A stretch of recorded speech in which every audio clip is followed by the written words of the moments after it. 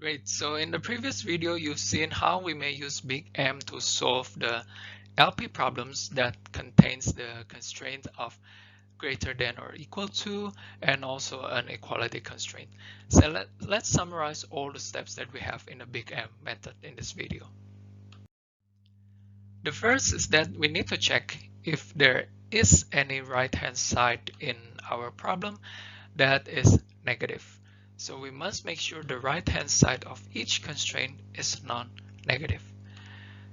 Suppose you have a right-hand side that is negative, you need to multiply everything with -1 first. So do not be confused with what I said before in the previous video. What I said before is that after you transform into standard form, do not multiply it with -1. But this step means that from the very beginning, if you see a right-hand side in your problem that has a negative right-hand side, then you need to multiply it with -1 first. So this is on the very beginning, not after you transform it into standard form, okay? So in our BEFCO example, we do not need to do this transformation here because you see that all coefficients, they are already non-negative. That's why we kind of skip this step when we did our BEFCO example in the previous video. The reason is because the right-hand side, they're already non-negative. So basically we just skip this step, right? But remember that you need to check if there is a negative sign on your right-hand side. You need to do this, okay? So when you have an algorithm, basically what you need to do is follow step by step closely. So you really need to do what is said by each of the step. Okay. And then step 1 prime, we need to identify each constraint that is now has a equality sign or greater than or equal to sign.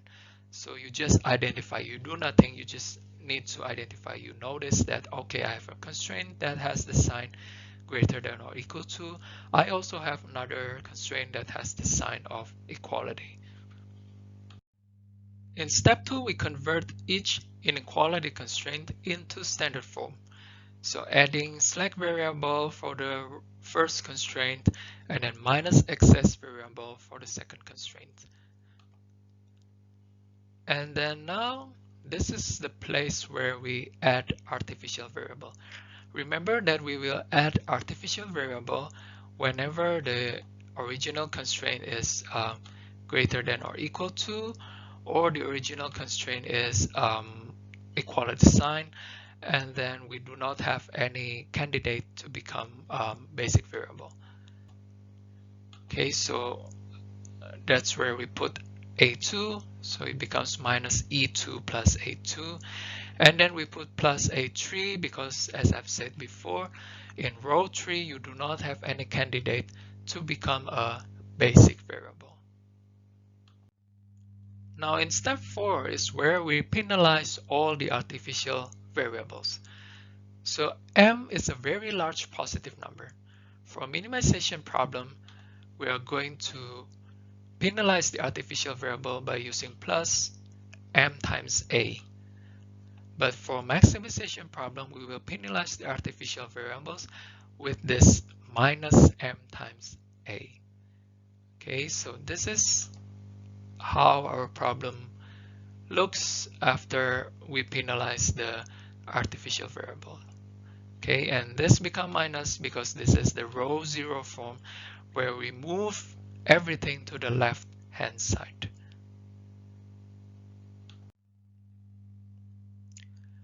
And now the next thing that we do is that, let's look at that sentence. It says that we need the artificial variable to be the starting basis. Basis means the set of basic variables. We need to have artificial variables as the basic variables. But if we just put the form that we have in the previous slide to a table, it looks like this. Now we need to get rid of this two thing here. to have a canonical form. So we want to have this table in the bottom here.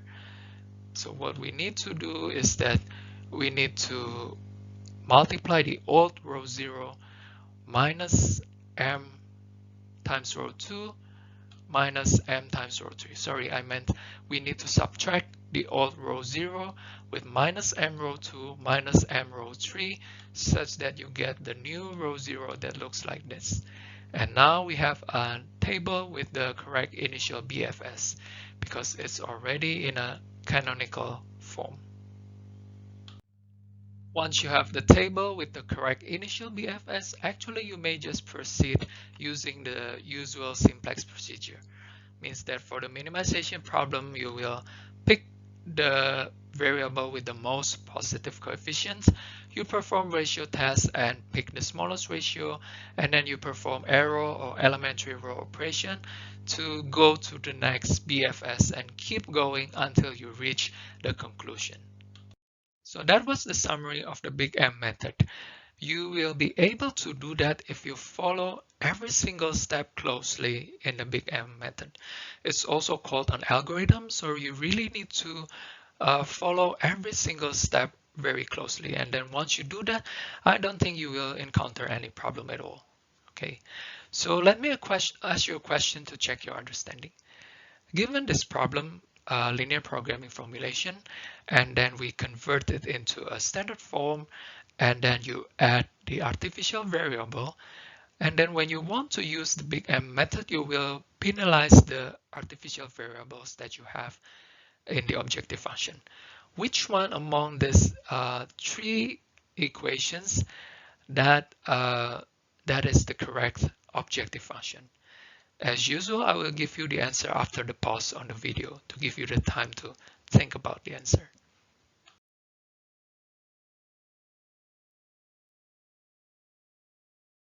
The answer is A, because we only need artificial variables for the constraint that has the form greater than or equal to.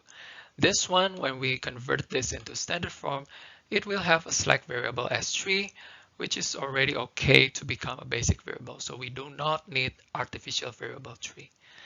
And then because this is a maximization problem, so the penalty would be minus m times the artificial variable. Okay, and then for C, this is wrong because we never put the excess or slack variable in the objective function. So that's the end of all you need to learn in this week, and we will continue next week with another method. But up to this video, you have gained a new ability, which is that you now should be able to solve an LP problem using Big M method. So those problems are the problems that has constraints that either in greater than or equal to or in the equality sign. So that's all for this week. Thank you and see you on the next one.